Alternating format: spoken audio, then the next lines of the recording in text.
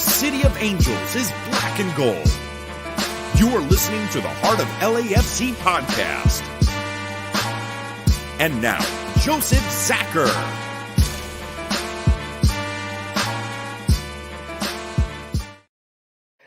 Greetings, Los Angeles. Welcome to episode 283 of the Heart of LAFC podcast. For this, we're going to call it Carpet Master for very obvious reasons. Borderline was going to call it Magic Carpet Ride, but here we go. Yeah, that's right. We're in the CCL. We're making it look easy. It's what we do. We've got a lot of games coming up. We got a lot of things going down. It's busy times for LAFC, so let's just get right into it. Let's welcome our crew back. We've got Bam, we've got Araceli, and we have Tony. Araceli, how are you doing today? Oh, I'm doing okay. I have to admit my spring allergies caught up to me. So if I sound a little off, that's why. But otherwise, I'm doing really good. Just looking forward to the weekend, celebrating Easter. And then, of course, my birthday is actually on Monday. So I'll be doing some birthday celebrations with the family. Nice. Excellent. I know you're like us, traveling, doing crazy stuff. You're back, ready for it. Nice. Here we are. Bam, how are you doing, sir? I'm okay. Still got a little bit of a chest infection I'm fighting, but getting there better and better. Because it's Friday here in Australia. It's Easter Friday already. So for everyone that celebrates all that kind of stuff, hope you have fun. It's actually a 4-day public holiday here in Australia. So today, Saturday, Sunday, and Monday is all public holidays. So all the restaurants will be having the surcharges for public holiday prices and all that here. But for everyone that spends time with the family, go and spend time with your family and enjoy it. That's the most important thing. Definitely. 4-day weekends aren't all that bad, right? We could take that. Tony, how are you doing, sir? I am doing great. It's been a fabulous week. I'm excited for our pretty much 5 days of football overall in general. Not even tomorrow. Well, tomorrow when the listeners listen to this, we'll have a game. And then of course Tuesday, and then following that, one more game, and then the Derby. So excited. There's a lot to talk about, and also a lot of concern to talk about. It's nonstop. I mean, this schedule, and this is the round 2, right? We had that crazy busy schedule, then it let off for about a week. We got a normalcy, and now this again. It is pretty wild to see how well our team's been taking it. In truth, while the results haven't been the greatest in some of these, we've been pretty fortunate under the circumstances. Of course, the first game that we did miss, we weren't here for you guys on this one. We had to miss out on that one, of course, was the match against Colorado. We really don't want to dwell on that one too much today. We'll give a little cautionary tale on that one. I'm going to throw this over to Tony, give you a quick recap, and then we'll get into the one we all want to talk about. So, Tony, we go to Colorado. We always talk about how it's always a trap and it's never easy. What happened, Tony? So we ended up tying. We ended up coming away with a point. And of course, as we said, difficult, hard to breathe. You saw it. You can see that everyone playing like that. But the biggest thing that we cautioned moving forward is the missed opportunities that we had, because we could have actually taken 3 points away from this game, but there were so many opportunities where we couldn't finish. And leading to that, we go into Vancouver, and there's more of that. But before we get into that, let's break that down, how they're coming in and we are coming in. So, yeah, Vancouver, as we were heading up into the CCL, they got a little bit of rest, right? We kind of didn't. They thumped Montreal coming into it, so it looked like we were going to get into a little bit of trouble, right? I mean, you have to expect it, and historically, we've been terrible up there. They always seem to catch us when we've got a shortened schedule. There's injuries. They just have had the most fortunate time to play us at home. In this case, was that again, of course, we're coming off of short rest, and they're not. So you think, wait, trouble again. Add in the turf and all the fun that we have with turf. God, that feels terrible. You were kind of expecting things might be a bit abysmal, right? And you have to be a little careful. We all know how the result goes, but in the lead up, we went as strong as we could. Bam. Seeing the lineup, how did it go? Who did we bring out? For the Vancouver game, or Yeah. Yep.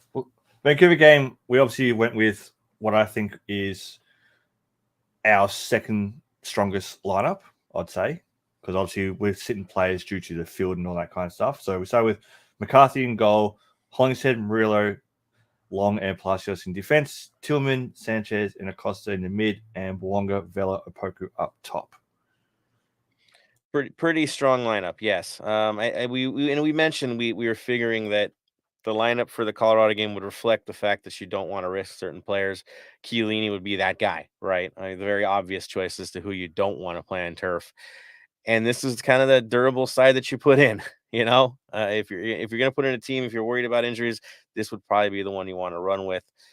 In truth, the other conversation we had was Cifuentes and whether he was going to break in. Right now, let's be real. Tillman's pretty much taken hold of that spot. It's hard to move a guy off that's in the form that he's in, as good as we know Sifo is. You don't mess things up, right? Definitely not. You can't mess it up. In a way, it's good because this is going to show us how we're going to look when we do just end up selling Sifu. Right.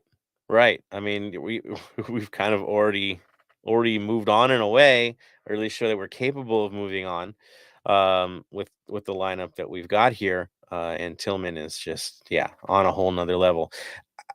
How did Vancouver's lineup look? Did they make any major changes, or is it pretty typical? For me, I think it's pretty typical for them. So they had Takioka in goal, Rasposo, Blackman, Vilicic, Brown in defense, Tilbert, Cubas, Gressel, Dahomey and Good in the midfield, and White up top. They go with a 4-3-2-1 lineup, or as they said on the commentary, the Christmas tree lineup. Yeah, definitely. So going out wide, clogging lanes was their goal from the early stage, and catching us on counters. That would be their view, especially against LAFC and how high we like to push this. First half, we get into this thing. Tony, key moments from the first half, and I'll just say this probably was, following the Colorado match, this first half was another one of those moments where you just kind of shake your head and like, this is not the prettiest thing we're going to be in. It's not foreshadowing anything great for the second half, but fire away, man. What happened in that first half? A lot of action again, as we said. Pretty much they wanted to counterattack, and that's what they did. And it started off in the 19th minute. Brian White, right foot shot at the center of the box, misses right again. And you'll hear this name a lot. And of course, former LAFC player Tristan Blackman with a headed pass. And then it gets to the 32nd minute. This is actually a joke that me and Ernesto were having at the watch party. Dennis Bouanga, right-footed shot in the center row that was closely missed. And he tried to finesse. I think he hesitated what he wanted to do and missed the opportunity. Vela with a nice through ball. And leading up to it, they said he could have had more goals. And we had this joke with my scientist and Ernesto throughout the rest of the game. But then, of course, 41st minute, Andres Cubas, left-footed shot outside the box, misses to the left, and then that pretty much ends the second half. But there was a lot of opportunities missed, and it was becoming concerning of what is going to be on. Of course, the ball was not moving at the speed or rate that we're used to because, again, we are turf. And to quote Chiellini after the game, he loves the atmosphere, feels like there could be more fans. But if there was real grass, the game would look beautiful, more beautiful there, and they'd probably attract a better style of play and better fans into that stadium. Yeah, that first, of course, there was one other highlight for Vancouver where it forced McCarthy to make one heck of a save. Bang bang play. That was pretty much my big highlight of that first half, is his ability to do what he did, go against the grain. He had a really good first half as far as I'm concerned. It is really tough to watch games against Vancouver in Vancouver because of the potential of both teams being stifled by their field. Both teams, they hurt too. They can't play the game they want to play because of this lousy turf. So they have to clog things. They have to look for bad bounces because of the situation they're in. You cannot tell me that those players, as professionals, and that coach are really enjoying playing in those conditions. It's impossible to love those conditions. You can't pass a ball across the ground. A good, decent, low-driven pass gets swallowed on that terrible field. Our guys were constantly trying to chip the ball up, keep the ball in the air slightly, which is just not a way you can really play this game properly. But we're stuck in. We have to do it. You have to go kind of old school with your football to survive on a field like that. And it's really, really unfortunate that in this day and age, in this modern game, that they're stuck on a field of that condition. I mean, you just go down the road, right? Go down to Seattle. That's artificial turf, but at least it's manageable turf. Turf is still terrible, but at least the ball moves, right? You can still play on it. This stuff, I don't know what's with this field. It is just not a playable surface. I guess it's good for Canadian football. That is not good for our game. Thankfully, second half, our guys adjusted to it, especially once we were brand new to this turf. They found their ways to work with it, and it became a very different story. So I will throw this over to you, Tony. What happens in the second half? So in the second half, Vancouver again comes out blazing, but again, it's foreshadowing how they've been playing on this field because again, 5 goals last game. They're in shape, they're in mid-season form while they have rest. We don't. So 50th minute, Bryant White, header from the center box, a bit too high. And then 54th minute, again, Ryan Gold, left-footed shot, just outside the box, is blocked, assisted by White. And then in the 55th minute, this rocket of a shot from 40 yards out, Buonga, right foot out the shot, center height, assisted by Vela, but didn't really, the assist was because he passed it to him in the wide open and he just honestly rocketed it over the goalie and blasted it in to make it 1-0 LAFC. There's things that Denny Buonga does that amazes you. And then there's moments like this where you're like, how long are we going to keep this guy? I don't know how we're going to keep him for anything beyond this season. He's just too good. I don't get it. Like how does he move the way he does? How does he think the way he does? Who thinks to take one step from that distance and go, you know what, I'm going to take this thing because I just feel that good. Denny Buonga, who else? Throw it to you, Bam. I mean, you're watching it. It's beyond it, isn't it? There's one thing I've been saying all season, been saying last season, and even the season before that. Take a shot from outside the box if you're open. Look what happens. You will hit goals like that. You don't need to pass the ball into the 6 yard and then pass it past the keeper. If you're left open and there's no one on you, or someone's coming at you, take a shot. Worst case scenario is a goal kick. What have you really lost? Nothing. Exactly. I mean, a little bit of pride if you shank it, but ask Carlos Vela how his career has been going when he's willing to take shots from the outside. He's saved us many times. In this case, we get saved by Buonga. Kid's a story. Absolutely amazing. Absolutely amazing. Araceli, my jaw dropped in this. How are you feeling? How are you enjoying that goal? I mean, with that goal, it was definitely gravity defying in a sense. And I really do agree with Bam that if you have the chance to take the shot, like take the shot because really you don't know what is going to happen. And it was proven right there that it can go into as a goal. But the game overall, it just I agree with all of you, and I echo the same thing in terms of like trying to play on turf, that it's not going to be the smoothest. And you could kind of see what, our guys are trying to do, but when you have terrible field conditions, it just makes it almost near impossible, unfortunately. Now, I have to admit, for me, the moment that I'm still kind of quote unquote stuck on is the Aaron Long, Scott Sterling-esque save. Like, how can you deny that moment right there? I'm sorry, but that's still running on repeat in my mind. It will call it the periscope. That's the type it was. Is the periscope because I don't know where it's at. Maybe I'll get it. I don't know. Make yourself big. Yeah, that was absolutely amazing. That the one place you stick your foot that happens to be where he strikes it. Good on Long, man. Like he knew he was in trouble in the situation. Good on him for at least just getting in there and interfering. Whether he knew it was coming or not, I mean, he knew that it was back there. He knew the heat was there, but good on him. He's growing each match. That's for sure. He had some shaky stuff, but this match, no, he was dialed in, and it was one of those cases where the awareness is getting there, the comfort's getting there. Him and Murray, yeah, it's getting where we need it to be. We can change in and out with our center backs and be confident at this point that we know they're going to be fine. So, good on him. That was a great moment. I'm with you on that for sure.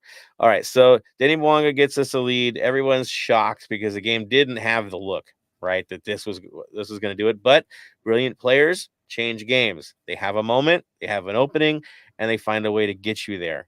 Mm-hmm. It's a beautiful thing to have as an LAFC supporter. Another guy, right, that's willing to change games the way he does. So we move on from the 55th. Everyone's in a little bit of shock. What happens next, sir? So that kind of frazzles Vancouver because now they're more they have to play offensively and have to switch up their tactics. As you notice, they were more trying to sprint and force things. So in the 58th minute, Christian, sorry if I'm going to butcher your last name, Dajome. Let's see. Right-footed shot in the center box, misses to the right. And then in the 60th minute, Kellen Acosta tries the right-footed shot right side of the side, which is blocked. And then in the 61st minute, another goal by how do they say it in the broadcast? Apauku or whatever. Opoku. No, Opoku. No, I'm talking about it's Opoku. Opoku, as the announcers on Fox say, Opoku, which is get Opoku. paid to mess up names like that. Yeah, see, I mess up names, but I'm not getting paid for this. I try my best and try to get the name. But when you're a professional getting paid on national TV, kind of have to get the names right. And you've had one other game. Not that's national TV, global, because they use that stream on YouTube for outside of North America. So the goal by Opoku, left footed shot in the center of the box and goes in. But the reason why that was set up was because lazy passing and lazy defensive of clearing the ball, because the keeper ends up passing the defender. Bouanga pressures the ball, it gets a nice little hit on it, gets taken down, and you see also the defender try to pull him down when Bouanga gets up. And Opoku is right there to finish it off and put us up 2-0. I mean, it had the vibe of if Opoku wasn't there, that somehow, some way, Bouanga was still going to get to it and do something special. I mean, it was that kind of a bang play. Good on them. Again, we add pressure. This is what happens. This is what you get. It pays off eventually. But good on Opoku just to not think about it. Just get the job done. Just do the job. And he did. This is what we've been looking for from him. And he did it. He got the job done. 2-0. Beautiful moment. They're all kind of scratching their heads like, now what am I going to do? You could tell they were the game plan lost at this point. There's not much they can do here. They're down 2-0. They don't want to get hurt worse, but at the same time, you know what happens when you get out of your friendly confines of Vancouver. What are you going to do? And so they're left in this moment where, how do you respond? Well, they've got to get one back. They've got to open up to play us, right? They can't let it get farther. They have to find a way back. Of course, when you open them against LAFC, have fun with that. It's never going to be a fun situation. Tony. 65th minute. With the assist by Tillman, Bouanga in the box with a nice little juke is the best way to say it, because he juked the defender out of his position, and with his opposite foot ends up scoring a just powering left foot shot into the goal to put us 3-0 and also take Bouanga into the top scorer for the Golden Boot in Champions League at the moment. A simple roll and turn. Of course, he doesn't make it look simple, right? And the placement is what it is. I felt a little bit sorry for their goalkeeper because, boy, you don't have a chance on that. You're toast on that play. So we're sitting here. He's got his 2 goals. You can't help but feel like a third one was coming. It was there. The vibe was there. It felt like it was only a matter of time. It did feel like we were going to get more. It really, really did feel that way. Of course, substitutions start occurring, right, Tony? Some movement occurs. Go for it, man. Yes, pretty much. After there was actually a couple substitutions before then. There were 2 substitutions, more midfielders for Vancouver, and then after that goal, and 2 more substitutions come in, and then of course we end up doing substitution in the 69th minute. And I want to bring this up because Duenas enters the game for the first time in that I've seen. I don't know if maybe I'm miscalculating that this is his first start for the senior team, but Duenas comes in, and so does Buke for the 69th minute on those ones. There are a couple more opportunities. I kind of don't want to go into them because it's mostly Vancouver, but this is also the concern because I can talk about this the whole time because it was nonstop Vancouver trying to get back, but so many missed opportunities by Palencia. He had 2. One where he didn't know what to do and he overhit the ball and he was on one-on-one with the keeper, and the other one, it just barely missed the goal by inches with the keeper blocking it and just nudging it a little bit away, and it rolled the slowest roll you can think of.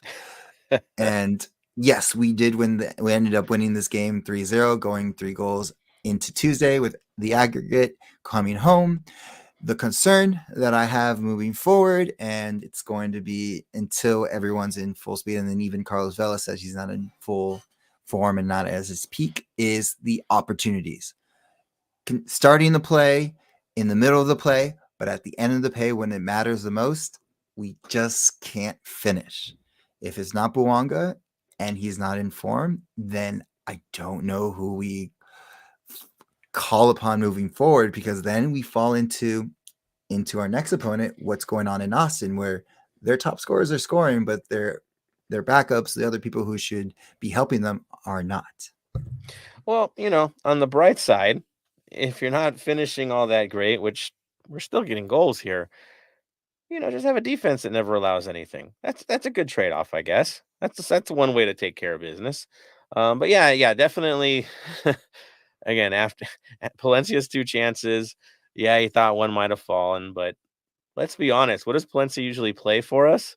Very different role for him in this game, and the fact that Jesus Murillo was the guy that went all the way to the top to make this play happen at the end is hilarious to me. It cracks me up because it's like, this is your center back. He's anchoring your defense, and he's the highest man up on the play. Like, how bad do you want to dunk on those guys? Because that's exactly what you're doing here when you're having a center back make a play like that. It's brilliant. It's not something you normally see from Murillo, but man, we'll take it in moments like this. I was more happy about the opportunity even happening with who was involved than the actual finish. I'm a little bummed Bouanga didn't get his hat trick, but it's okay. It keeps him safe, right? And we move on to the next one. Bam, your impressions of the match? For the match, obviously first half could have done a bit better and all that kind of stuff. Again, yes, Aaron Long and his football knowledge, just lay still and put your body in the line. Second half, 3 goals in 10 minutes is something ridiculous. I am worried about how we're going to play them during the week, because last time we were 3-0 up on the away leg in this, we did lose at home. So hopefully we can keep this going and stay in it, because it is football. Anything can happen. Yeah, this isn't over. Definitely. It feels like it's over, but it's not over. I mean, Alajuelense basically showed us that you can't write anybody off. And the other thing is, you can't get too aggressive against the team. Yeah, you have them on the ropes, but if you just played a simple counterattack and run out your 90 minutes, you're going to be fine. You've got a lead. So it's going to be interesting to see on the return leg is how the team is going to approach this. Are they going to absorb and let Vancouver come at us? They're going to have to come at us, and we catch them on the counterattacks, or are we just going to try to pummel these guys early, which is what we try to do against Alajuelense, and it burned us, right? How are we going to evolve? It's a knockout tournament. Are we going to make a different type of move, a nuanced move where it's, we're going to take the counterattacks and we'll finish them that way? Or are we going to just do the usual? It'll be really interesting to see how it plays. It also going to be interesting who plays in that game, who's available for that match, who gets a rest and who doesn't, knowing that we have a rivalry match soon after. Yeah, you've got to shuffle people, right? You got to be smart about it. So it's really interesting to see where it's going to go. Good thing is, again, 3-0 lead, take it home. Perfect place to be in. Araceli, your overall impressions of the match? I mean, overall impressions are just very similar to you guys in the sense that obviously, there's a lot of growth that this team still needs to have. And I mean, it's easy to sit here and try to blame fatigue for some of their mistakes, considering how heavy of a schedule they've had so early on. But moving forward, I mean, you can't deny the 3-0 win. Hopefully, it will be very helpful come next week. And as you mentioned, just curious of who will be fielded, and if we'll see the new player. I can't pronounce his name. Bogusz? Bogus. Yep. Bagush. No, If, bogus. if we'll potentially bogus. see him at some point. I would expect it, at least a few minutes. We'll get into that. Well, Yes. Well, speaking of him, he did put up this post just recently on his Instagram where he's number 19. So he's got his number and he says, "Let's start." So I'll be surprised if he's not on the bench for our next game. Did you guys watch the press conference? It was outstanding. It was really good. At least his coverage, how well he spoke of the league and team, just the experience of wanting to be here, why young players are looking to come to MLS now, and he's one of those examples of the change in the league. It's a really good interview. Check it out. It's on YouTube, so go for it. Really well spoken guy. He knows why he's here. Interesting how he talks about how he was talking to Swiderski and others that have been in MLS. But yes, he's definitely going to be ready for the weekend. I'm not going to start the guy, but yeah. And talking about another guy that can hit the ball from outside, he's known for it. So one more that isn't afraid to take a shot at distance. So good news. Now, I know we're talking about finishing being an issue. I will say this. Of the 10 shots that we made in this match, 6 did go on goal.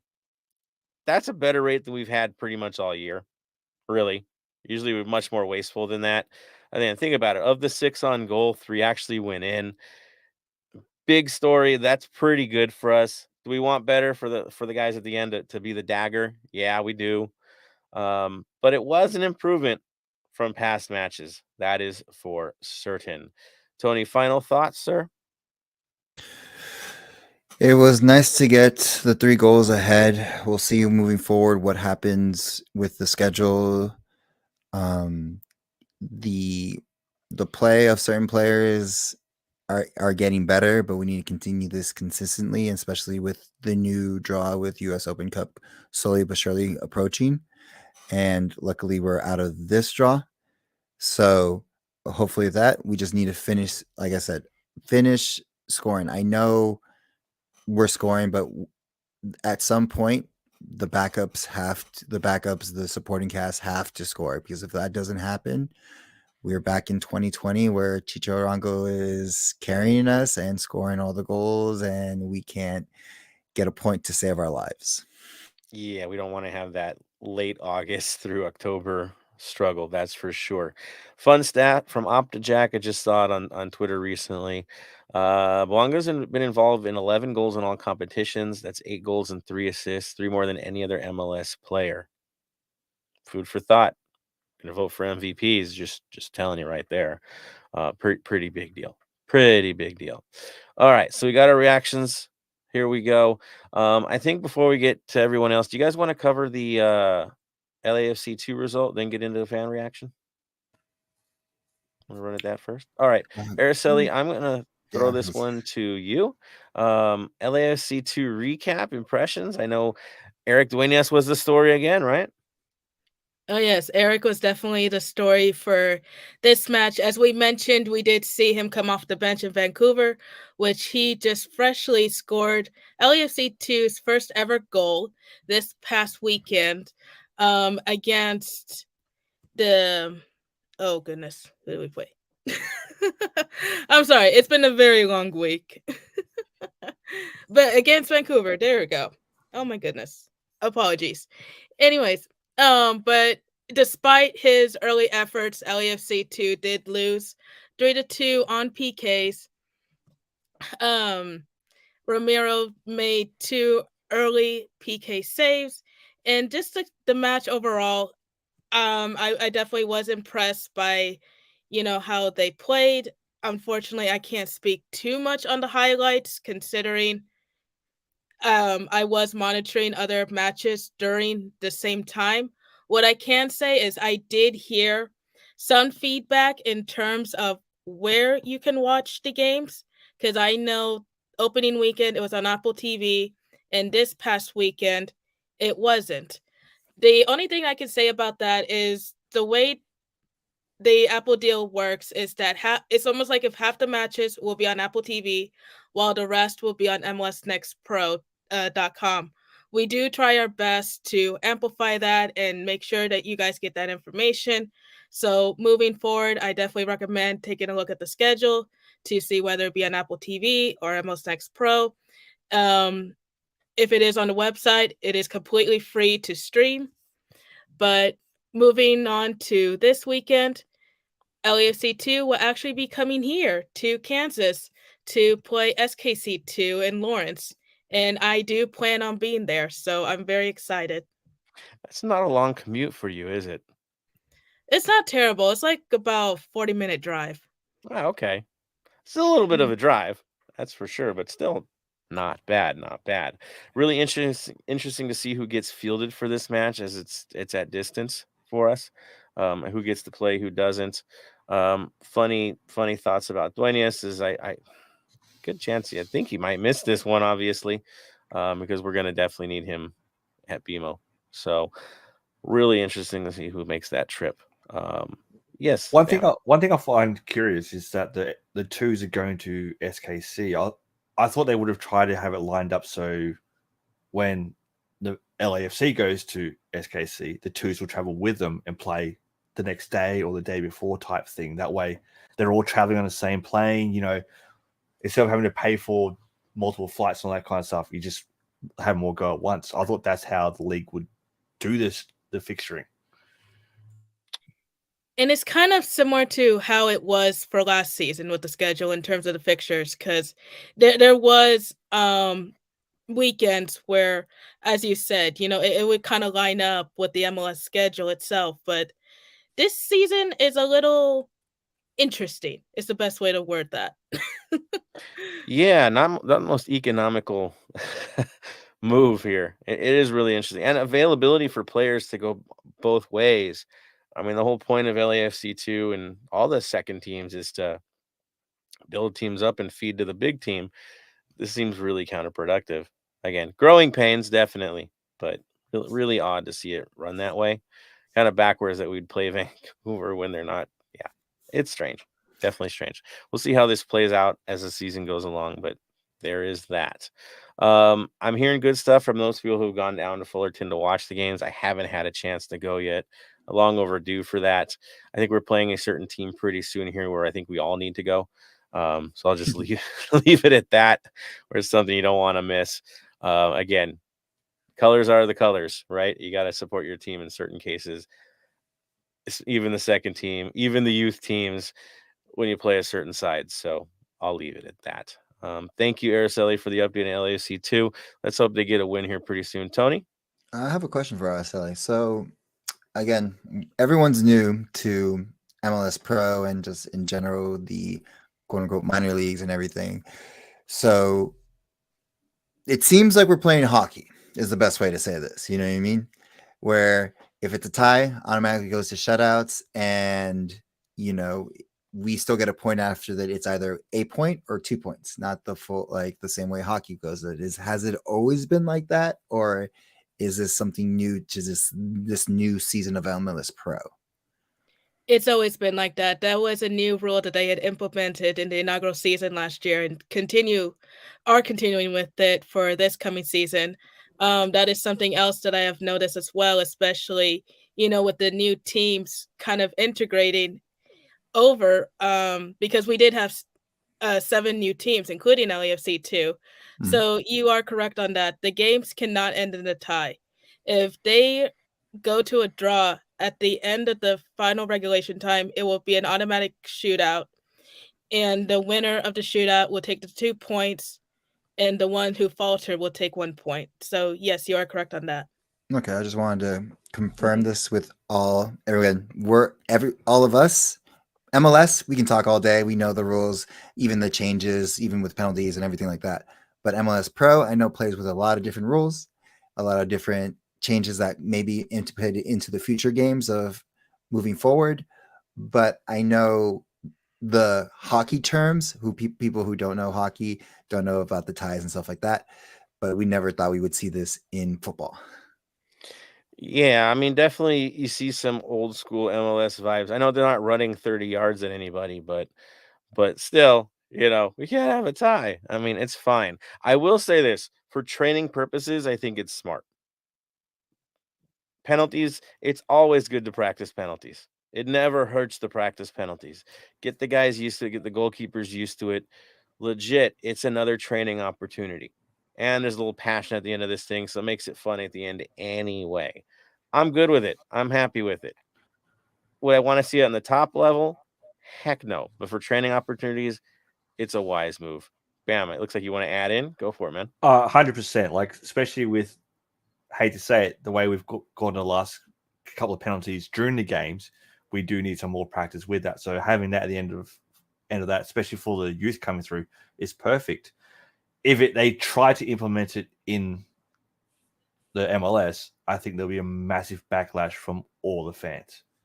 Not a chance. I know this league does harebrained things at times, but I think they're over that. They definitely have to be over that, I would think. Araceli, you're not getting that vibe, right? Oh no, not at all. No, not happening. All right. Thank you, guys. Araceli, thank you for the LAC2 update. We look forward to hearing the full setup from the match in Lawrence. Should be interesting seeing on both sides. Yes, ma'am. Before you go into the reactions, I actually got an update for our under 17s too. Oh, yes. They've been playing. Yeah. Mm-hmm. They've been playing in the Generations Cup. So is the under 15s. Unfortunately, under 15s didn't make it out of the group stages. But the under 17s are actually 1 win away from the final. They made it out of the group stages. They beat in the knockouts. They beat SKC 1-0. They beat Brazilian side Flamingos under 17s 3-1 in penalty shootouts after a 1-1 draw.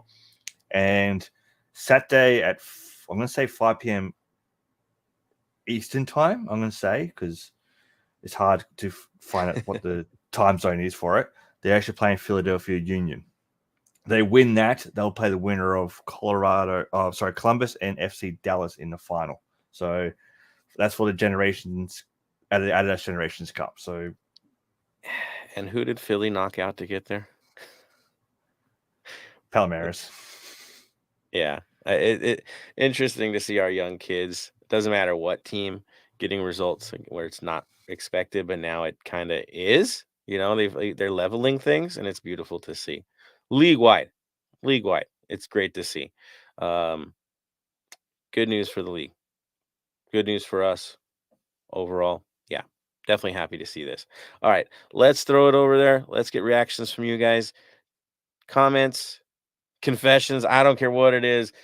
Tell us how it is. Get us ready for the game this weekend. If you got questions, we got answers. Let's have fun with this thing. Let's see who's got the early comments here. I'm going all the way to top. First it's Jibble in the mix. There he is. Daniel Angel says, Jason Ariano, hope you get a win for your birthday. That's right. Happy birthday to the one and only Jason Ariano. The whole reason why we have a Vinyl Club Minute, people. Straight up. Good stuff, man. Happy birthday, sir. We've got Works on here giving some love to Jason. He says Cowabunga is a sight to see. There we go. For Buwanga. Yeah. Because Philly Cowabunga. Yes. Yeah, beautiful. Defenders, Sorry, what's up, fam? Good seeing Defenders on here. Scarf, well done, Road Warrior. First Costa Rica, now Vancouver. Good stuff. We love to see it, man. Well done. Daniel Angel, happy early birthday to Araceli. Hey, there we go. Defenders also giving the happy birthday wishes. And David Day's got the thumbs up. Thank you, man. By the way, congrats to your Clippers, dude. That was pretty darn impressive, I must say. Wolf is on here. Says good evening from Wolf. El Trafico Radio. Okay, that's interesting. It's all right. That's okay today. I know who it is. Yeah. All good. It's Mike. Yep. We've got Big Boop Bwanga from David Day. Love it, man. That was like a video game goal. I'm sorry, but that's just, it's too pretty. Too pretty. Dave Gomez giving love to Araceli. Now there's one for, hey, Tony, you want to give that a shot? I want to go with a Dutch translation, sir, for this. Obviously, it's Dutch. Yeah. Figure out what it That's was. Dave, man. Yeah. No. I almost want to try it in Spanish. Is that the best way to say it? But GIF. That's as far as I'll I'm gonna go. say GIF. In all fairness, my brain went straight to Spanish too when I saw it. Yeah, that's tough. I don't know. Yeah, that's a tough one. But hey, Dave, thank you, man. Thank you, Dave. Awesome, sir. Yeah, I still appreciate it. I'm gonna learn that. I'm gonna learn that so I can say it. And next time, if it ever comes up, I can say it. Tony has homework. Smalls giving happy birthday wishes. Love it. The long save he was featuring as well. The periscope foot. Yes, it's beautiful. Daniel Angel, Aaron Long's kick save. That can't be taught. You must be born with it. Football heritage. Right? Miguel Campos should have paid Chicho. Could you imagine having him out there too? We could. We won a cup, right? Yeah. Let's see. Daniel Angel says, Joseph, I don't blame you for not wanting to make predictions. Leave the prophesizing to Scarftradamus, defenders of the bank. Here's the deal. I will always talk about opportunities. I'll predict opportunities, right? Chances. I'm not going to predict goals, man. This sport has always found a way to break my heart. When I first think I have complete control over what it does, it will always find a way to break your heart. That's football. No one's an expert. There is no such thing as experts. We get trends. We understand these sorts of things. We see the run of play. But when you think you figured out football, trust me, it hits you right in the face. That's football. So it's fine. We have our euphoria, but let's be honest, only one team is happy at the end of the year every year. That's football life, right? Not a depressing vibe, just that's sport. That's sport. Carlos C. Bwanga with nasty Cruyff turn. Yeah, it was a Cruyff turn, wasn't it? Haven't seen that in a while. Dude, getting away with it is even a bigger deal. How do you not get taken down on that? I don't know. But you're right. You're right. He did just that. Daniel Angel, Steve put the FIFA sliders into very defensive, but Mario said, nah, us defenders want a goal too. Dude, I like it, man. Dunk on him. That's cool. That's what that was. That was pure confidence. And talk about Murray and confidence, man. This guy, his approach to the game, you could see in his eyes, it's different now. He's got the veteran vibe, the leader's vibe. It's really good to see the way he's carrying himself and taking ownership of the back line. He's the go-to. It's beautiful to see. Dave Gomez, Bwanga will win Golden Boot. It's worth saying again. Definitely. He's got it. I got to keep going, of course, got to stay healthy, but man, he's doing it from the start. Daniel Angel Los Gross. Yeah, that's who I was talking about. Let's see. David Day, sounds like MLS Next Pro is scoring draws, PKs, and Leagues Cup, like Leagues Cup will do. One for draw, winning gives you a second point. So we do have to deal with Leagues Cup. I don't even think about League. I'll be honest with you. I don't even think about Leagues Cup. It's just a thing we have to do in August. It's a task. That's how I see that tournament. Nothing more than that. It's a distraction from our main mission. Okay, our like 4 main missions, but still, it's a distraction for a month. That's what that is to me.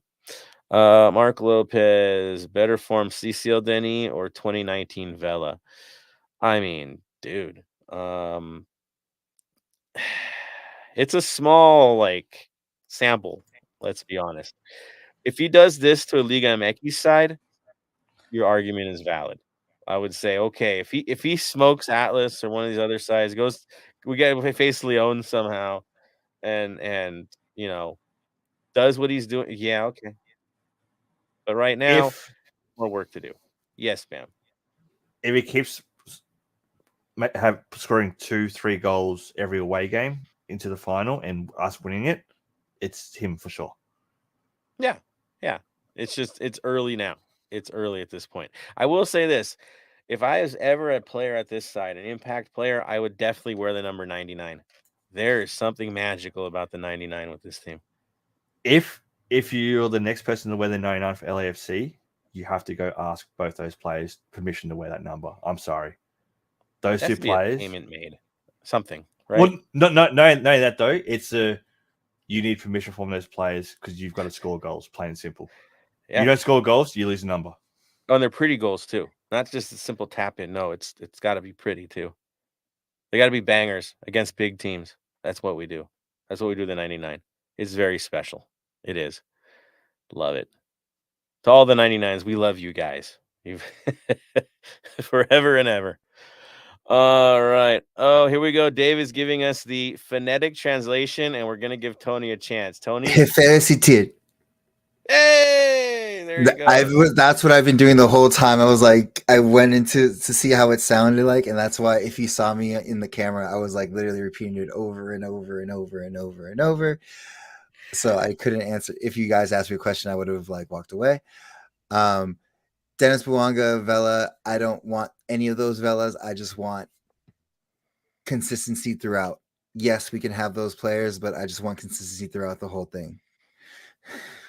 You said that a little bit fast. Say it again, Tony. Félicité. Well said. Well said. Love it. Thank you, Dave. You're the man. Good stuff, man.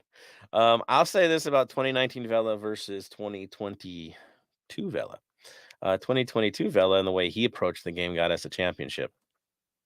Food for thought. If he didn't play the way he played last year and adjusted his approach to the game with the talent that we have around him, we don't get where we go. So yes, all versions of Vela, we're just happy that he's with us and he loves being here. We are blessed. That's for sure. All right, guys. Thank you for the comments. Keep them up. We're going to hit you guys towards the end of the show as well. So do not hold back. Have fun with this thing. Stump us if you can. It's all good with me. I dig it. I totally dig it. All right. So you know what that means? It's time for community news. What do we got, Tony? Pretty much everyone's having a tailgate this weekend because it's Easter weekend. So watch out for the Easter Bunny because 3252 hosted by Cuervos, and they are the one hosting it because they always host it the last 2 years that I remember they've been hosting it for a while. They are doing an Easter Bunny egg hunt and some special prizes. It starts this Saturday, April 8th, 11:30 a.m. And let's have some fun. It's going to be Easter weekend, bring the family along.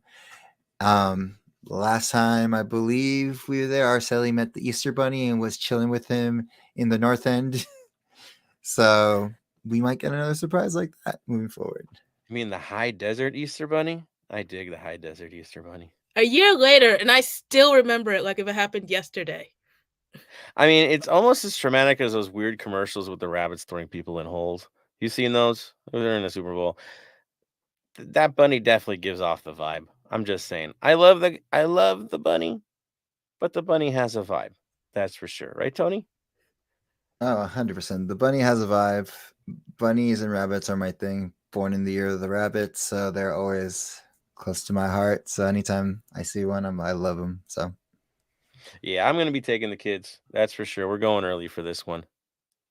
It's an early game anyway, so it just made perfect sense to have them go check out the Easter egg hunt. We missed it last year. It was super early last time, so definitely we're making it out for this one. It should be a lot of fun. Everybody in 3252 who's donated to this, you guys are all saints. I'm going to say that now.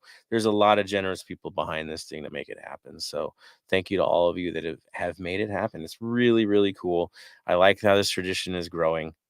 Keep it up, folks. Doing good. Any other community news, Tony?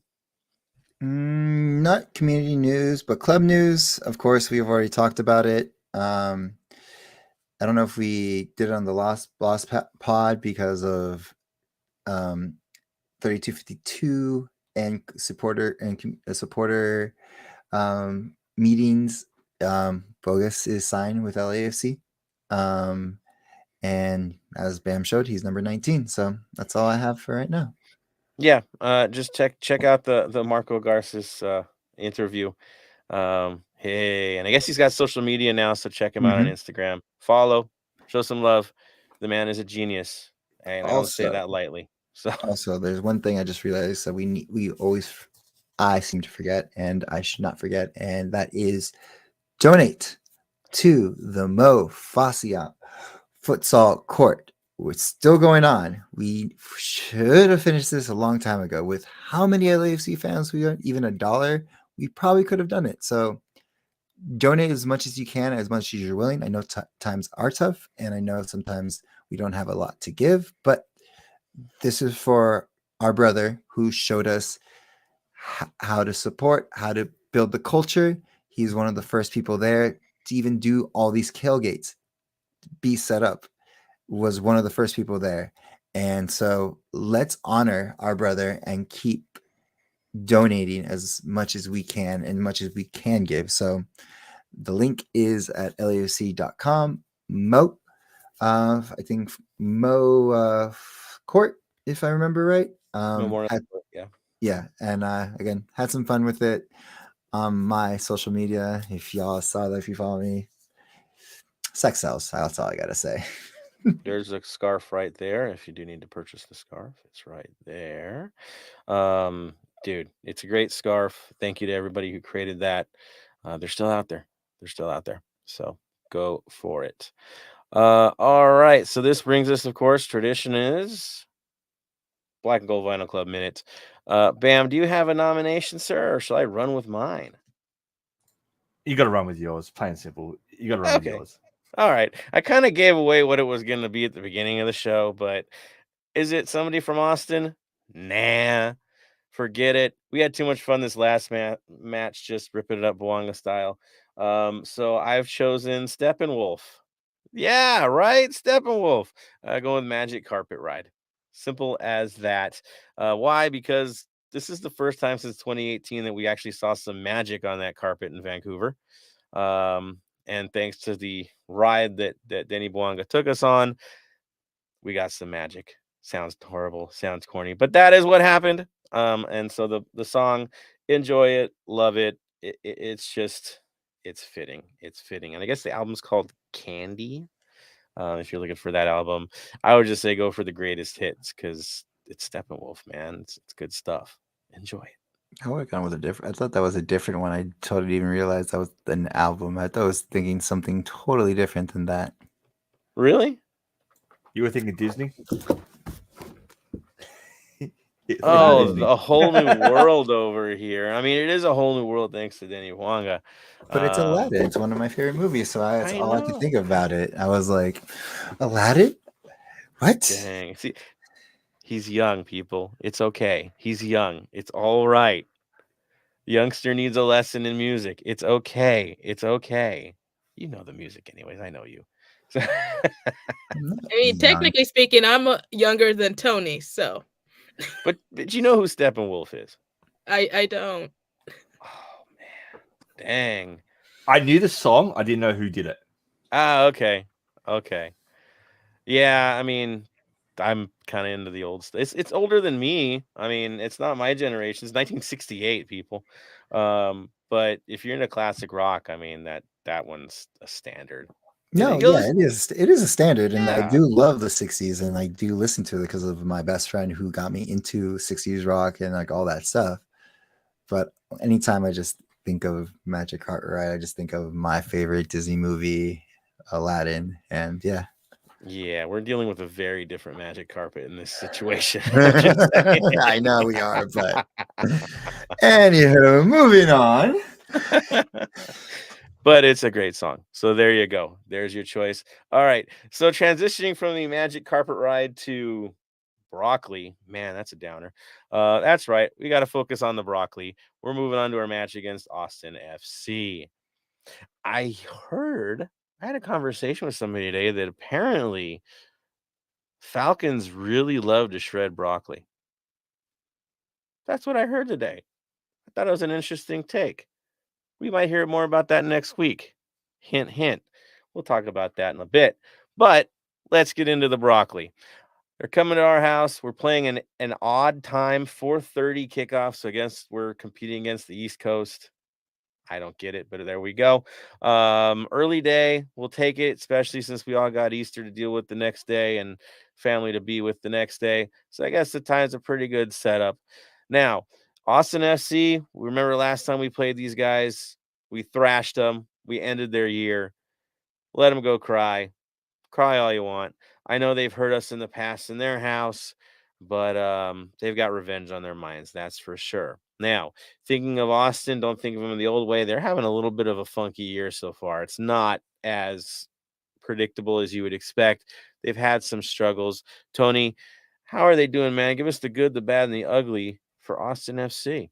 So they are not the Austin of last year. They are more of the Austin of their first year. So is the best way to say it. Yes, their top scorers are scoring, but they have tied to Colorado, lost to Houston. Of course, they won to Violetta, and then ended up getting the Violetta given the upset and Cinderella story of the year, getting knocked out of the Champions League by them. They did have a win against Real Salt Lake, but again, Real Salt Lake is not the greatest, but still grabbing points when you can and trying to do that. But yeah, this is not the same Austin FC that we've seen from last year. The one that overall kid was a strength to continue, like to fight us for Supporter Shield and West and number one overall in the West. So yeah, I mean, really interesting. They haven't played as many games either. I mean, we're on the same amount of games played because, of course, they were participating in the CCL, so their schedule was a little bit funky. But yeah, to see that they've only got what, one win.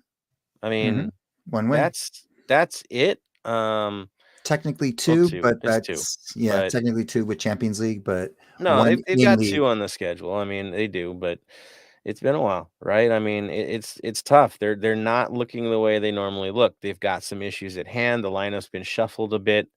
Um, yeah, really interesting vibe. I mean, they've lost the expansion side, right? So yeah, t- interesting times for them. They definitely need to find themselves. The one benefit they do have is they're facing us with rest. Yeah, they had a week off, and we don't take weeks off. So there it is. So they do have a rested side. They're 2-1-2, -1 goal differential. Um, Issues all over the place for this side. That is for certain. Any other facts you want to throw at us, Tony, before we talk about lineups and what we should expect from these guys? Austin has already dropped 5 points on goals scored in the final 15 minutes of their matches this season. So they have the best way to for our supporters, our listeners to understand is our season before we won the championship, where we were dropping points in the last minutes. That's what they're doing too. Season one, same thing. So if you want to understand how they're doing, just go back to those seasons and you'll understand what they're going through at the moment. It's really, really strange. Of course, that plays right into our hand. Our XG in the final 15 minutes is plus 1.91. So we're a team that rises towards the end, and they're a team that flattens towards the end. Could we see a repeat of the Vancouver match all over again, where it's tight early and then it opens up at the end? It kind of has the vibe, right? That this could be what's happening to them. Should be interesting. Also, home cooking is good for us. 14 of the last 16 home MLS matches, yeah, us winning, right? We have the momentum here at home. It's what we do. It is our fortress. So, looking at the team, seeing where they're at, who are the top dogs right now, Tony? The ones that you automatically think of when you think about Austin, Ducey and Gallagher. I think I want to say Gallagher or whoever he is, which they're the top scorers, and then after that, everyone's been silent, like radio silence, no goals. They have been producing, but they're not pushing the way of the old Austin moving as going forward. You know what I mean?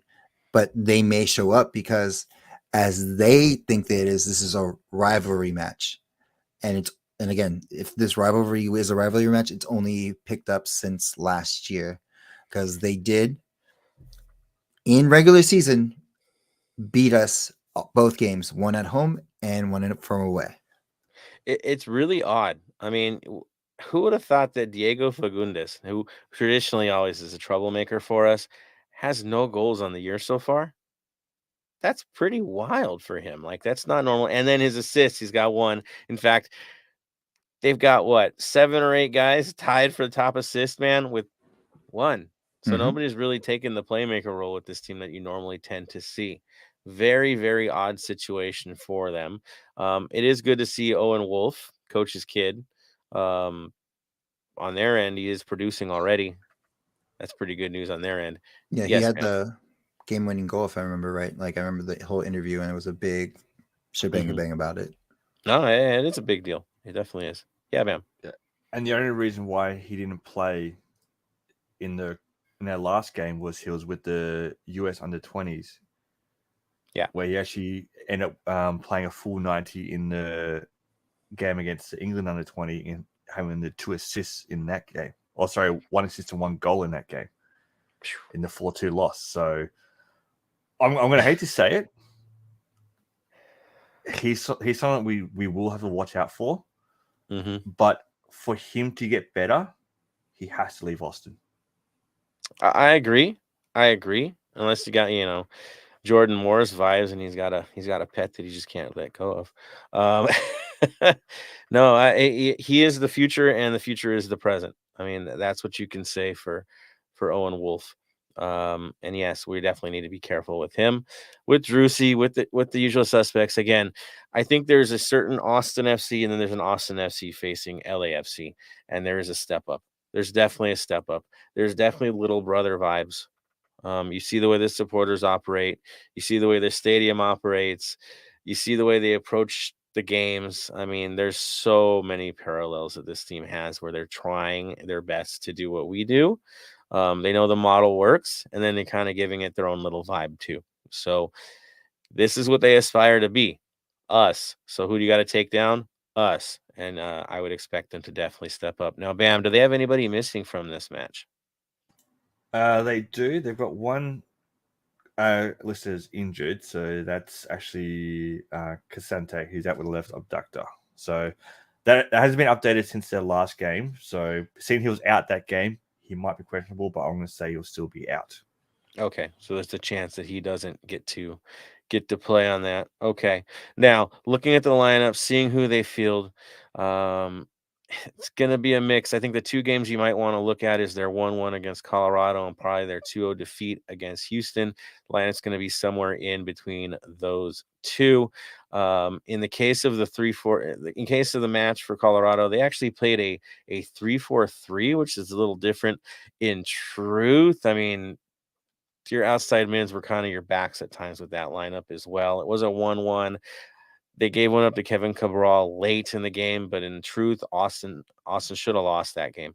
Real talk. Colorado should have taken that one. It was a really good game for them. Now, who they have in the lineup? They had Stuver in goal, Ring, Lima, and Kolmanic in the back. You had Pereira and Valencia anchoring the middle with Gallagher and Finley on the outsides. That's what you had. Up top, you had Zardes as your target man with Rigoni and Drusi. Real interesting lineup. Who came in later? Your usual suspects. Fagundes came in. Will Bruin came in. Adam Lundqvist came in for Finley. What you'd expect. Kolmanic got replaced by Redis. We know these names. They're very common to them. They really do know where they are at with their roster. Almost to the point of being a little bit predictable. But yeah, this is the talent they have on hand. Now, the 2-0 defeat to Houston in Houston. In this case, it was a late game meltdown. 71st minute, they gave up a penalty. 86 minute a goal. In that match, they played a 4-2-3-1. I'm getting vibes that might be what we're going to see. We're ringing Vaisanen were your center backs. Gallagher was on the right. Kolmanic was on the left. Big surprise. Valencia Pereira were your defensive midfielders, where Drusi was your playmaker. Rigoni on the right, Fagundes on the left, with Urruti up top. As you can see, there's a little bit of shuffling going on. But yes, the main suspects that we say, whether starting or subbing in eventually, not a real surprise to who do you see. Now, in this case, Zardes would come in, Finley would come in, Lundqvist and Wolf. Again, these are your guys. That's who comes in eventually for them. Really tough to see it.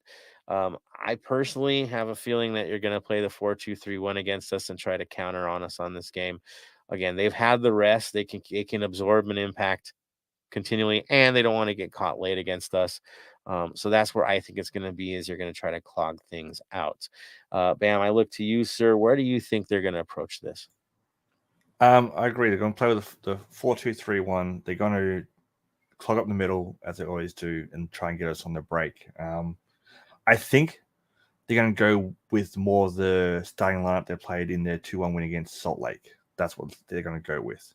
So, right, so go for it. So for that, it was obviously Stuver in goal, Gallagher, Ring, Vallison, and Kolmanic in defense, Wolf, Pereira in the mid, Rigoni, Drusi, Finlay, and Zardes up top.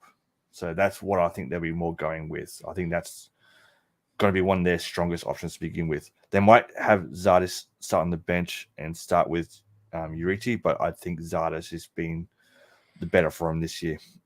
The two guys that traditionally hurt us, that always burn us, is Urruti and Fagundes. When I see those guys in the field, I get a little bit, careful with things. They have a way. I don't know why. They just have our number in a way. We'll see what they field, but it is interesting to see the shuffle. That's for sure. But yeah, I'd be a little bit more cautious on this. Aristotle, if you had a good chance to watch what they've been up to, I know it's been a struggle for them. I haven't had a solid chance to really watch any past matches with them, but I do agree that they haven't been performing like we're used to. This season in general, it seems there's a lot of teams kind of performing. I don't want to say out of sync, but like a good example, FC Cincinnati's at the top of the East right now. Who would have thought? But regardless, looking at Austin, no, I definitely agree with everything that you guys are saying in terms of what the formation could look like, the players, the quality. But it's as I've always said in the past with any matches, even on paper, if it looks like we still have a good chance, I'm still very cautious about it, because the reality is anything can really happen. It's a similar situation with the Rapids. We saw that, oh goodness, why is his name escaping my head? That one player that's out for the rest of the season. Oh, Price? And then, Price? Price, yes, right. Thank you. Seeing that he was out, but still, we all saw how LAFC performed in Colorado. So, I don't know. I mean, it's going to be an interesting match, and I hate to say that almost every week, but that's the reality of it. I mean, we're the top dogs. We're the defending champions, and we're still looking the part. We're the team they all have to take down. Every match is going to have a finals vibe for whoever we play, because we're the guy you need to take down. You get no easy games when you're the top seed. We'll eventually be in first place, right? We know this. So yes, we're the ones on short rest. This is an opening for them. They're going to come at us hard. They have to look at us and go, well, we got to catch these guys on the break. We got to catch them on transition. There's going to be tired legs out there. We got to catch them. That's what we're going to expect from these guys. I wouldn't see it any other way. Our outside backs are going to have a workout. Expect changes in both of those as the games progress, because it's going to be hard on those guys. It's going to be a hard ask in transition for this team. That I think the bigger question in this game is going to be what we're going to do more than what they're going to do. We know what to expect from them. We've seen it every time. They have burned us really bad in the past. But I will say the time that they did beat us really bad, we fielded Vela and Bale at the same time, I think, right? And it just, there was no pressing in the game. And there were some real deficiencies in that match as to why we ran into trouble. We don't play like that, not with the roster that we have. It's a little different these days. So it comes to us, of course, looking at who we have and who's scoring and who's not. Of course, Bouanga's on the top side, both goals and assists. You've got Vela showing up on the assist. You got Tillman producing. Nat Wild. Opoku's finally on the board. Cifuentes, who's got a couple assists. It could be his game where he plays. He knows these guys. Don't be surprised by it. But yes, things are spread around with this team. It's good to see. It's just what's next, what's next. So, Tony, looking at the runner form of us, again, we have these big moments. We have this big win. Grand scheme of things, though, last 5 games, I mean, we have had those moments where it looks like we've had those tired minutes, right? Correct. Like I said, we are running a very tight schedule with games back to back, especially running deep in Champions League. So as much as I don't want to say it, we're eventually there's going to be if there's the opportunity to drop points, this is the proper opportunity to do it. You know what I mean? The reason I say this is look what happened last year. Austin beat us both at home, and where that ended up, us beating them in the finals, winning the cup. So as much as I rather out of all the games to drop, maybe this is the one to drop. Yes, it is against Austin. I don't like Austin in general because they'll use that to be like, we're the better team, yada, yada, yada, all this stuff. But again, head to head, where we have 4 wins, they have two, and they have 2 wins, and that was last year. We've had their number the whole time. They are not the same Austin FC. And moving forward, we'll see. Like I said, we still have to worry about Vancouver. I know we're looking ahead, but we have Vancouver Tuesday, and then we have another game next Saturday, which is like I said, there's a huge schedule that I need to go because then hold on, excuse me, Sunday. Oh no, Saturday. Apology, Sunday. Yep. Oh no, Sunday, which is the Derby. So, which one do you want to drop, Austin or the Derby? I just like that we have depth that we can actually handle both. Mm-hmm. I'm happy the game is on Sunday, and we'll talk about it as we progress in the week. But it's nice that it's a Sunday match, so it gives a couple more days at least one more extra day to rest. But yeah, we won't talk too much about those guys because they're not in the wheelhouse yet. They don't have to be. We don't have to worry about them. We have the luxury of not worrying about them. They can worry about us for this whole weekend. Like that's their big lead up, We got bigger fish to fry. Different evolution, right? We've moved on to something else. They haven't. So we have Austin. We got to handle Austin. We got Vancouver, but you got to take things 90 minutes at a time. You can't care about what's going to happen in the next one. It's got to be this one. You got to get your points early. We know this. We're on pace to do that. This is the one to focus on. So, Bam, do we have anybody missing from the roster for this one? Obviously, Max is out, but it looks like a lot more of our players will be coming back that we were questionable last game. So, to me, all I can find is Max out, which is a nice feeling to have, right?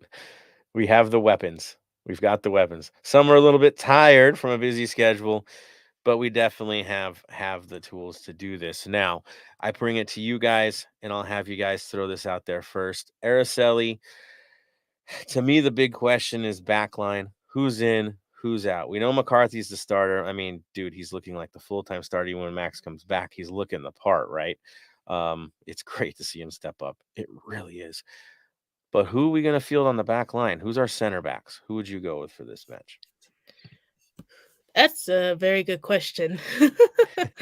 I mean, there's absolutely no doubt, with McCarthy in goal. But in terms of the center backs, I would like to see the Chiellini Murillo pairing again.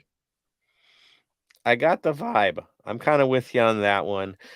Tony's shaking his head. Who do you think we're going to see as the center back pairing for this one? I would say Chiellini, if you want to go with that. Mm-hmm. I would not do Murillo. I would do, honestly, Maldonado and just put him out there. Yes, Maldonado. Sorry, apologies. Because again, we have to talk about this. Someone is one away from missing a game.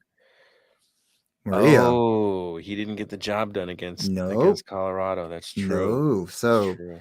Yes, It's true. Murillo is a good defensive pairing with Chiellini or Long or anybody else. But I know we shouldn't look ahead, but this time we have to look ahead. He's one yellow card, one dumb mistake like he always does. And Dwayne, wait, what's up?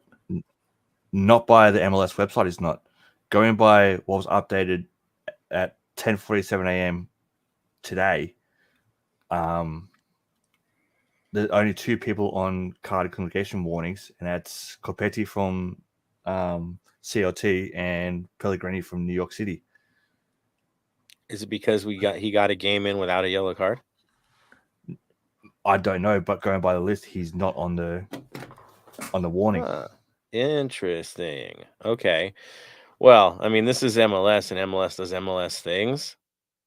We've had issues with this before where the suspensions don't make any sense, and a guy that should have been suspended with us wasn't suspended. So, welcome to the world that is. Now, with that being said, what are the chances? Say Marie doesn't play because you don't want to risk the yellow card. How do you guys feel about a Long Chiellini partnership for this match, specifically this match? Bam. I wouldn't be against it. Look, I think we can all agree Chiellini starting. Yeah. Oh, yeah.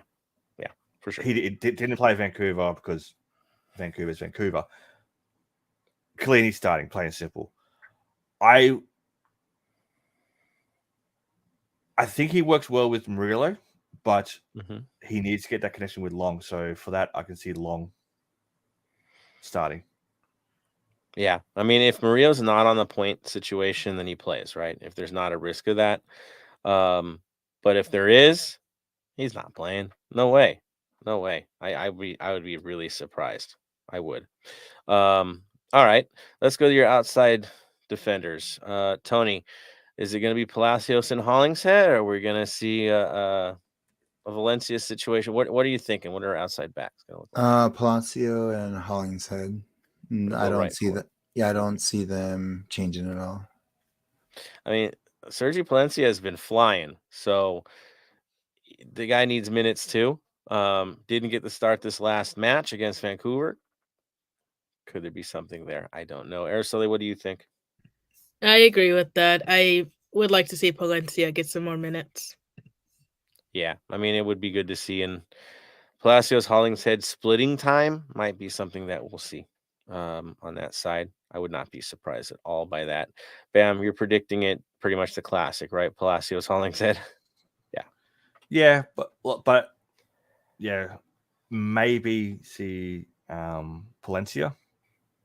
Right. Just because Palacios has had 2 games back to back quite soon, but starting up, you've got to be Hollingshead Palacios. Yeah, that's our go-to. Midfield, of course, because the big questions, right? Sanchez has been a workhorse for us, which is risky, right? He's the guy, right? He's the guy in the middle. He orchestrates things. It's been Acosta and Tillman as of late. But again, you have Cifuentes waiting in the wings. You have this new kid from Poland waiting in the wings. Tough 3. Bam, I'm going to go to you first in this. Who do you see as our 3 midfielders? Midfielders, I'm going to go Ilie, Sifu, Acosta. Tillman gets a okay. Tillman gets a deserved rest. It's not like he won't play though. I mean, we're just deciding how many minutes he's going to play, really. Yeah, I can see Tillman coming in for Sifu and new guy coming in for Acosta. I mean, do you see Sanchez going a full 90 again? He's been playing a lot. He has been, but I think he's just too needed in the mid. He's a general in the mid. He's calms it down. He sees it. And I don't see who could replace him in the mid. Well, I mean, the natural replacements could be Acosta or Tillman. Both can play that role. Do we have a lot of experience seeing them in that role? No, we don't. But they've both played that role before and done it well for their other sides. So, yeah, really interesting to see it. Araceli, do you think Sanchez gets a rest, or we're running the man out there? I would give him the rest personally. He has been, yes, I understand that he gives us that consistency, which we do need in games like this. But similar to how Tony was kind of saying earlier, obviously we don't want to drop points. But if we want to take any type of risk, I would say rest Ilie on the basis that he has been playing a lot, or a lot of minutes as of late. But in terms of who could be his replacement, that is a good question. I would probably see like Acosta, Tillman, and I'm just gonna throw this out there: the new guy, the I was gonna say bogus. I know it's not bogus. Bogus. I will learn his name eventually. Interesting. Tony, your thoughts? Who's your three? True, tried and true. Tried and Ilie, Acosta, and sorry, not tried and true.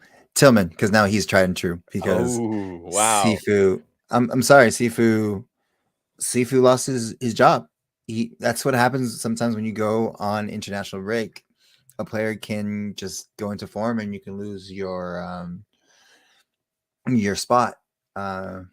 Sorry if I'm like a little outside. I'm just trying to read the suspension on yellow cards, and it's it's confusing. So in other words, break it down is if you have 5 consecutive matches on good behavior with no yellow cards, you can get a yellow card removed, and that could be in any games. I think what got us confused was that really got a yellow card in the first Champions League game. That doesn't apply. So no. Okay. So we're good. We're good. All right.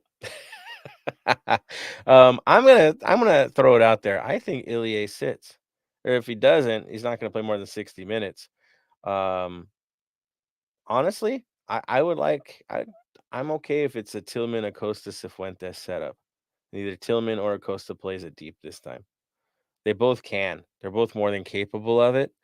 But I do think that they really, really, really like Tillman moving up high. He's been really good at pressing. And you don't want to lose that.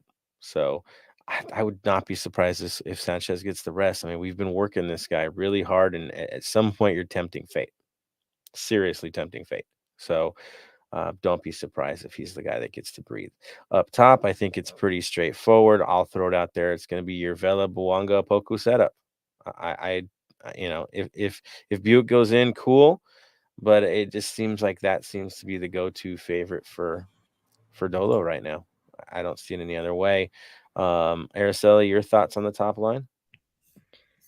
I see it, being straightforward as well with Vela Bouanga and Opoku, but kind of going back to, similar thinking with Ilie, if we sit him or not. Hot take maybe? I would see Bouanga possibly sitting, if not playing, at least half or 60 minutes. I think this dude willing to go 13 hours of travel just to get a few minutes in a game. It's just he's one of these guys that just can't stop. He just, I think he'd be angry if he didn't play. He's a team player, but at the end of the day, I think it would burn him because he wants to get these guys. I get that's what I get from him. But I agree. I definitely get that same feeling from him as well. But it's almost, how much do you want to push him this early in the season?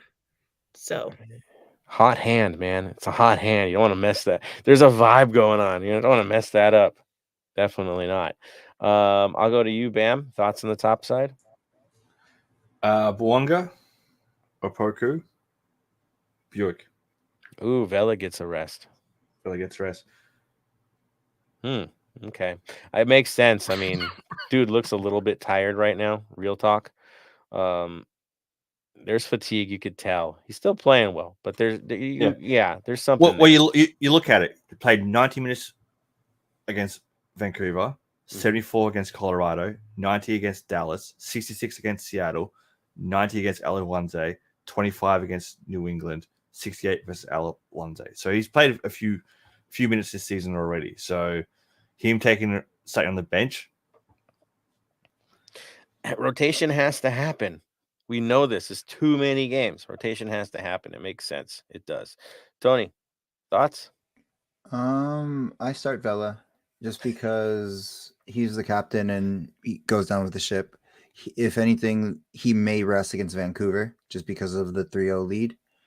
Bouanga, of course, and Opoku starts, but very thin ice. Again, with his past performances, yes, he did get a goal, and I'm not discrediting that he's there and stuff like that. But he's still, I'm sorry to say, I have to be hard on him because I love the dude, and that's the only reason I'm hard on people is he's still not a half step behind things. Yes, he was there for the goal for that one, but if you watch the Vancouver game, again, same thing. Maybe a half a step, too many touches. He's overthinking, and I think the pressure of Buick being there is maybe messing with him because he's never had to deal with it because he used to be the person to have to replace somebody. Now it's on the opposite foot. Now he's the main starter where everyone expects him to start, and now you have this youngin who can replace him, and I don't think he's ever felt that. Now, again, if he wants to move to Europe, which again that's the goal for all youngins to send him up to Europe or a bigger league, this is what they go through day in and day out. And lucky for him, this is the MLS and we give more leeway so you have more time to grow. But once you get into those bigger clubs, if you don't show up your first minute, you may as well go back to reserves or back to the league you came from because they only get one opportunity and that's it. And this team is all about competition. So there it is. So Tony's like, throw them out there, top dogs. Let's go. We'll see what comes out of this. What I do know is expect to be surprised. I think that's what we can say. Dolo's never hesitated from shifting players and taking chances. This is what he does. So we'll see where it goes. All right, I'm going to throw it out to you guys, out to the faithful. Let's get your final comments on this before we call this a night. Let me see here. We've got all the way up here. Boom, boom, boom. I see Ox on here. Giving happy birthday wishes to Araceli. May God continue to bless you with many more years. All love, Ox. There we go. Straight out of Wichita. Love you, man. D. Velez, question for us. If we pass the semis, who would you guys want to face? Philadelphia or Atlas? The tourist in me says Atlas. But let's be honest, man. Traveling down there is going to be tough. I would rather play an MLS side. Anytime you say any MLS team, random MLS team for any Liga MX team, who do I want to play? MLS team. I don't care if they have revenge on their minds. I do not care. Philadelphia ain't that threatening in terms of environment. But Guadalajara, oh yeah, that's going to be a tough one. Fireworks probably hitting all night, noise going, different vibes, different world, much more intense. I'll take a nice trip to Philly. I'm telling you, as a football side, but a tourist side, yeah, man, I want to see the madness that is Atlas. I know it'll be tough. We'll see. We'll see. Anybody else want to throw in on that, Tony? I want Atlas. Beat the Mexican team. I don't want, this time you didn't have to face a Mexican side until the final. No, give me the hardest team. Give me the hardest road. So when we do win, there's no, you never played this team or you didn't play this team. No. Like I said, chip is a chip. A chip is a chip. And at the end of the day, I'd rather go the hard way, beat the teams that we need to beat. So there's no question. Yes, would I love to play Philly and and then try to bounce them out again out of another tournament? 100%. But I don't want them saying anything to discredit the championship because there are going to be people saying, well, you only had to face one Mexican team this time instead of the whole way. No, give me Atlas. There it is. Yes, ma'am. I'll take whoever wins that game. I'm sorry. We might not play any Mexican teams. Well, whose fault's that? Mexican team's fault. Should have been better. To go to the next stage, you got to be the best. If you're not the best, sorry, you're out of the tournament. So either or, I'm not too fast. Look, play the game, win the game, move on. Yeah, you don't need to think beyond us, right? I mean, that's really do our best. Do our best, move on. Let CONCACAF sort them out. It's fine. It's fine. Good stuff. Well said. Let's see. Velez also says all these struggling teams always play good against LAFC. They know if they beat us, that would be a boost of confidence to get back on track. Will be a tough game, but I see us winning 2-0. I mean, the run is the run, right? Home sweet home. Let's hope it plays itself out for sure. Danny Angel, which one of your starting midfielders ring is playing defense is not a good look. Right. It takes a lot out of the lineup having him drop low, doesn't it? Definitely. But it's necessity. That's where they're at right now. Definitely. Daniel says my ideal subs are Buick in for Vela after half and Sifu in for Sanchez and Long in for Chiellini, 60-65 minute mark. Yeah, I mean, if they're starting that any of the starters, you'd have to look at rotation. Rotation has to be done in this one.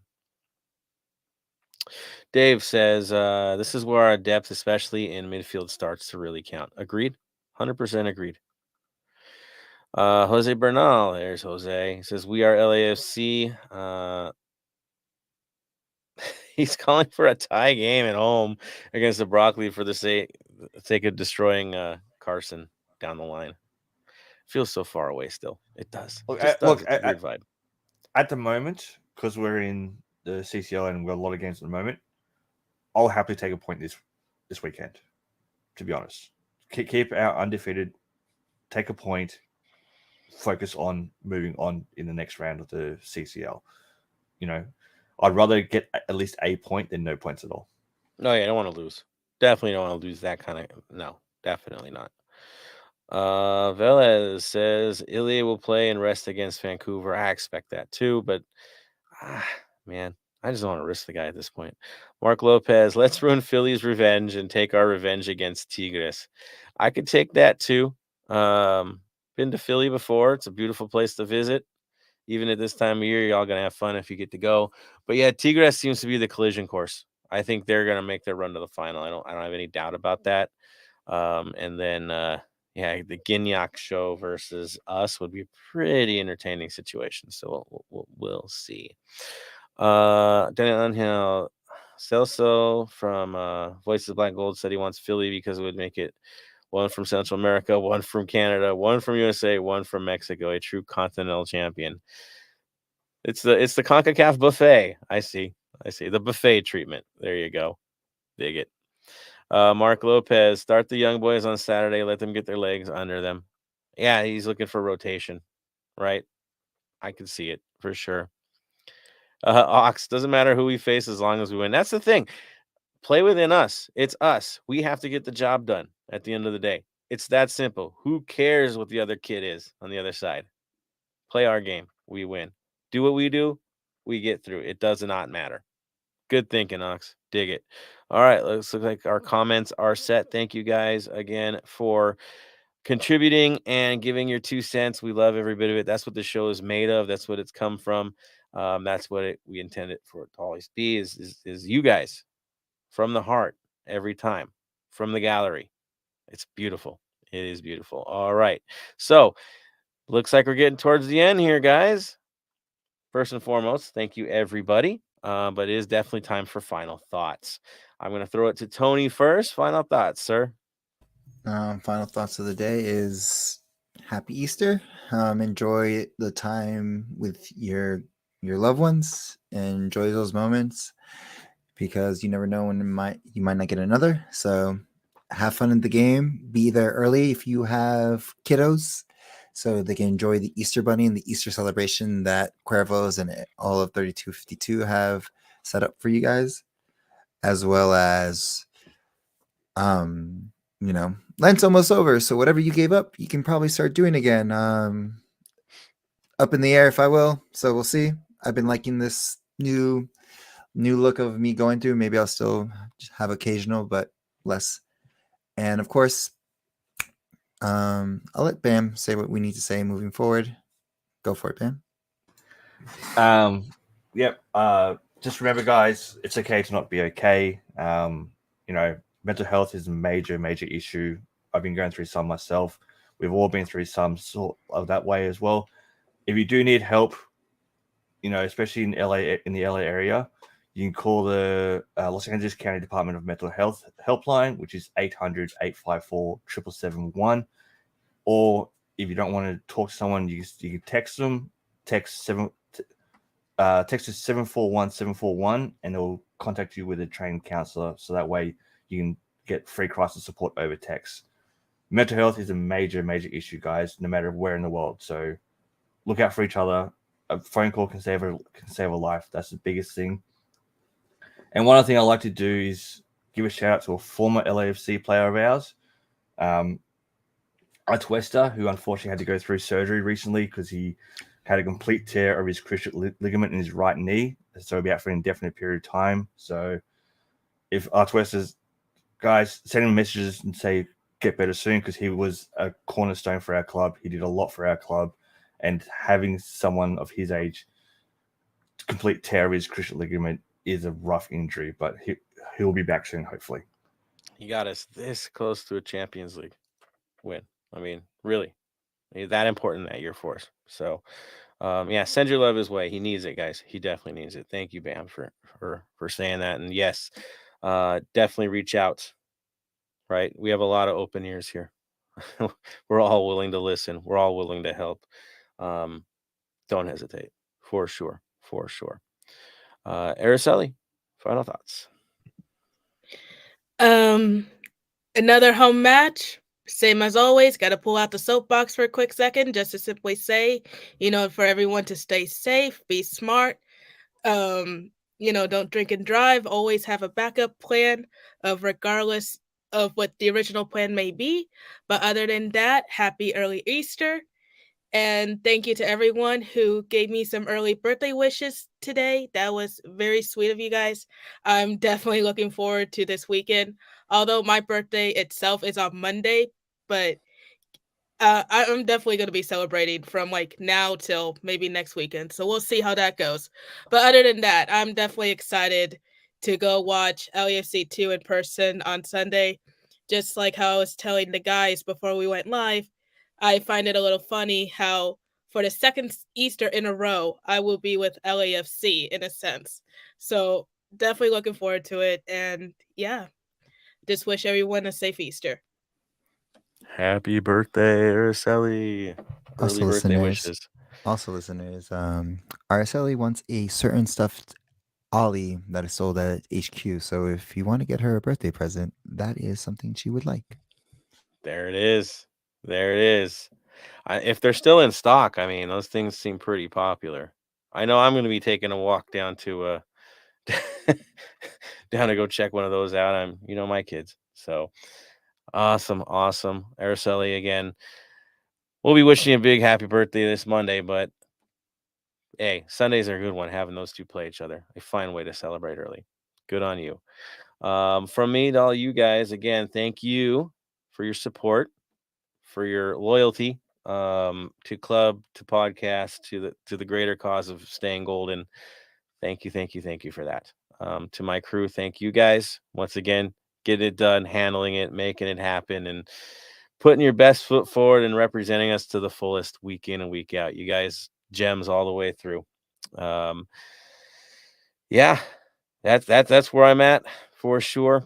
I will see you guys this weekend, enjoying another amazing Easter weekend. Remember, don't forget your family out there. We love our football fam, but real fam too. This is one of those weekends. Check in with them. It's important. Got to do it. Critical. All right. I guess that's it. Final word. We'll go Tony. Stay golden, Los Angeles. Araceli. Stay golden. Bam. Stay golden. And from me to all of you, stay golden, Los Angeles.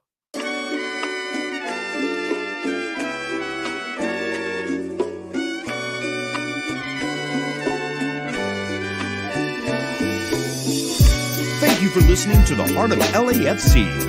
Make sure to leave us a rating and review on iTunes or Stitcher. Shoulder to shoulder, the black and gold is taking over.